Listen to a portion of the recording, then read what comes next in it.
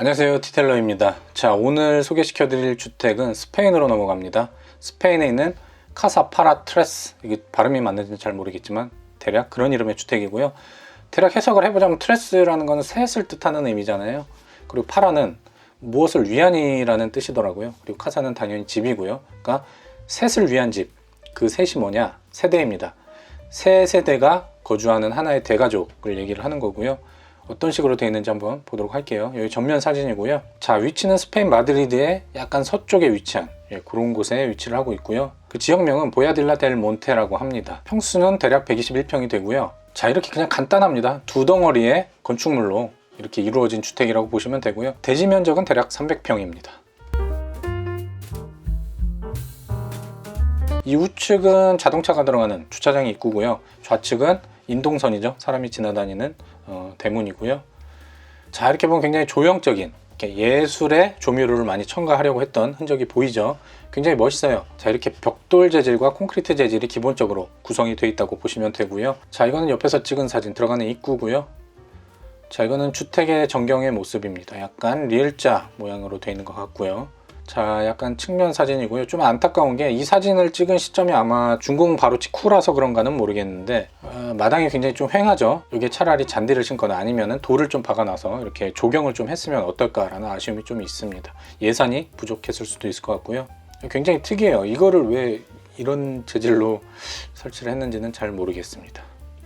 자, 여기에 특징 중에 하나가 이 벽돌을 내밀었어요. 이렇게 벽돌을 내밀어 쌓아가지고 이 부분을 굉장히 좀 유용하게 활용하고 있는 그런 포인트로, 한 가지 좀 아쉬운 점, 물론 제 개인적인 취향입니다만 벽돌벽의 화이트보다는 벽돌벽에는 약간 차콜, 블랙 계열의 색상이 좀 포인트로서 잘 어울리거든요. 근데 아마 이거는 건축주라던가 건축가가 좀 연한 색으로 통일하기 위해서 그렇게 한 거라고 보여집니다.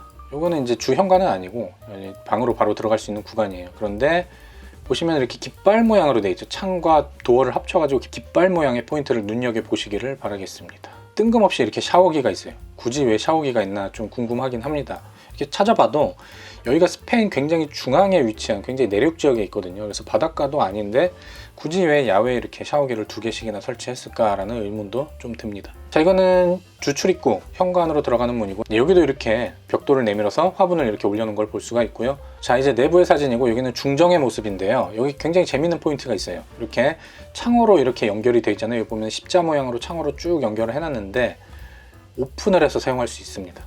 자, 심지어는 여기 기둥조차 없어졌어요.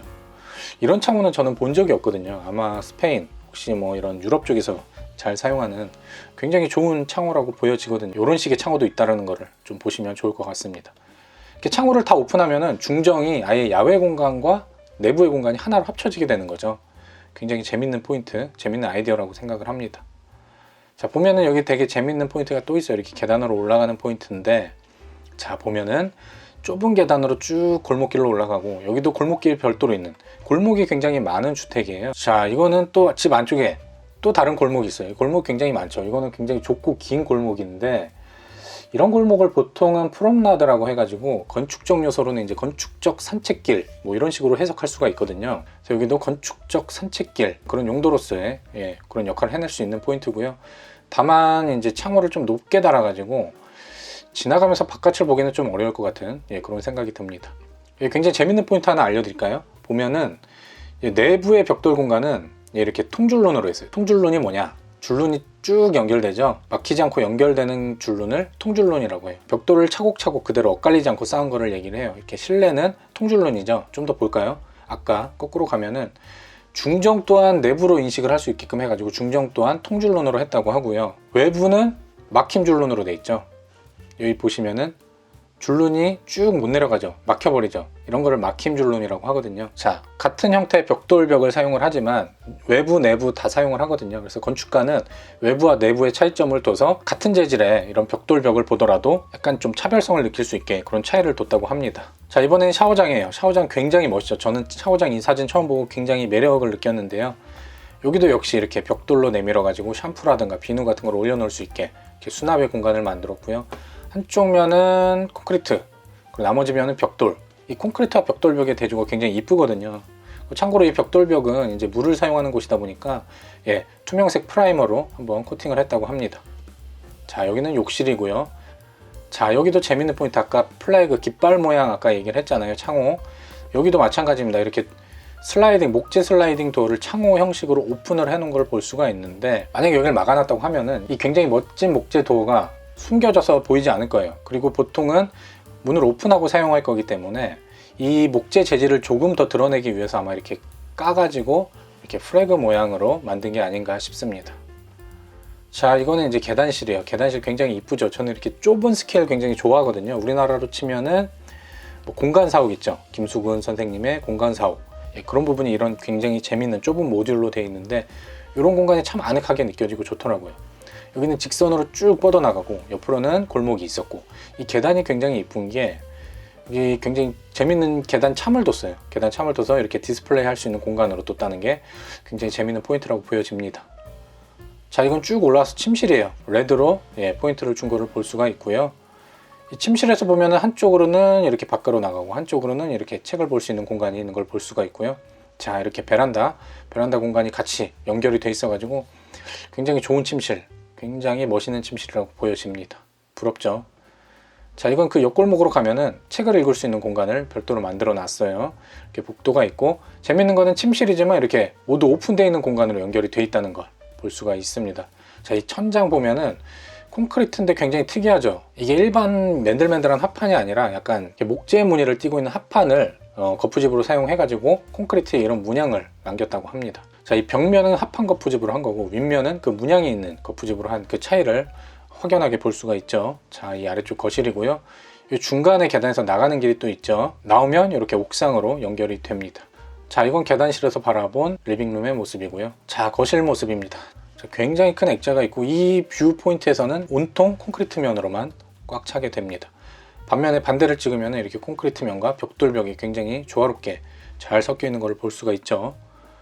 자, 이거는 1층이 주방이에요. 굉장히 특이하게도 주방에는 또 블랙으로 다 이렇게 도배를 해놨어요. 자, 이건 또 다른 거실의 모습입니다. 약간 작은 거실이 하나 더 있거든요. 자, 왼쪽 면은 약간 마호가니처럼 보이는 밝은 색으로 이제 고급스러운 목재로 마감을 해놨고요. 자, 반대쪽을 찍은 사진을 보면은 굉장히 재밌는 포인트 눈치채셨는지 모르겠지만, 이 램프 있죠? 붉은색 루이스 폴센 램프를 어떤 식으로 연결했는가 보면은 선으로 이렇게 쭉 해서 이 튀어나온 벽면에다 연결을 했어요. 더구나 이 거푸집과 거푸집 사이에 이런 자국을 이용해 가지고 그 라인에 맞춰서 이렇게 디귿자 형태로 이 전기선을 연결한 게 굉장히 재밌는 포인트로 보여지고요. 자, 여기는 또 다른 방입니다. 침실이고, 보면은 굉장히 무늬가 독특한 것을 볼 수가 있고, 들어가면은 이렇게 옆에 창이 이렇게 나 있는 것을 볼 수가 있는데 굉장히 아늑하고 밝으면서도 재밌는 방이죠. 자, 이것도 또 다른 요소로서 사용되는 이런 내민 벽돌인데요. 이렇게 농기구들을 이렇게 걸어서 사용할 수 있는 굉장히 재밌는 포인트죠. 난간 굉장히 특이한 게 옆에서 연결을 해놨어요. 보통 난간은 위에다가 부착을 하는데, 요거는 계단이 폭이 그렇게 넓지가 않기 때문에 그 폭을 온전히 사용하게 하기 위해서 그런 것 같은데, 옆에서 이렇게 고정을 해놓은 것을 볼 수가 있는데 굉장히 좋은 아이디어죠. 그리고 여기 보시면 굉장히 중요한 포인트예요. 제가 간혹가다 얘기를 하는데, 이 물끊기 포인트, 벽돌 위에 튀어나오게 만들었잖아요. 이 벽돌 위에 튀어나오게 만든 이유가 바로 외벽에 그 오염을 방지하기 위한 거죠. 만약에 더러운 비가 막 내린다고 봐봐요. 근데 이 물끊기가 없었으면은 벽돌로 바로 떨어지겠죠. 그러면 그 얼룩이 굉장히 지저분하게 남을 건데, 비가 위에서 내리게 되면 물끊기를 통해서 이 벽돌에 부딪히지 않고 바로 땅으로 떨어지게 하는 그런 역할을 하는 물끊기거든요. 이 부분 굉장히 디테일한 부분에도 신경을 썼다라고 보여지고요. 자, 이거는 이제 창호 부분인데요. 옆에도 이렇게 튀어나오게 만들어서 굉장히 재밌는 그림자의 요소를 표현을 하고 있죠. 이것도 아까 말했던 그 메스와 메스, 이 볼륨과 볼륨 사이의 그 골목이에요. 여긴 좀 넓은 골목이라고 볼 수가 있고, 차를 주차할 수도 있는 그 정도로 굉장히 넓은 걸 볼 수가 있죠. 자, 오늘 이렇게 세 세대의 한 대가족을 품을 수 있는 스페인 주택에 대해서 설명드렸습니다. 다음에도 재밌는 내용으로 또 찾아뵙도록 하겠습니다. 감사합니다.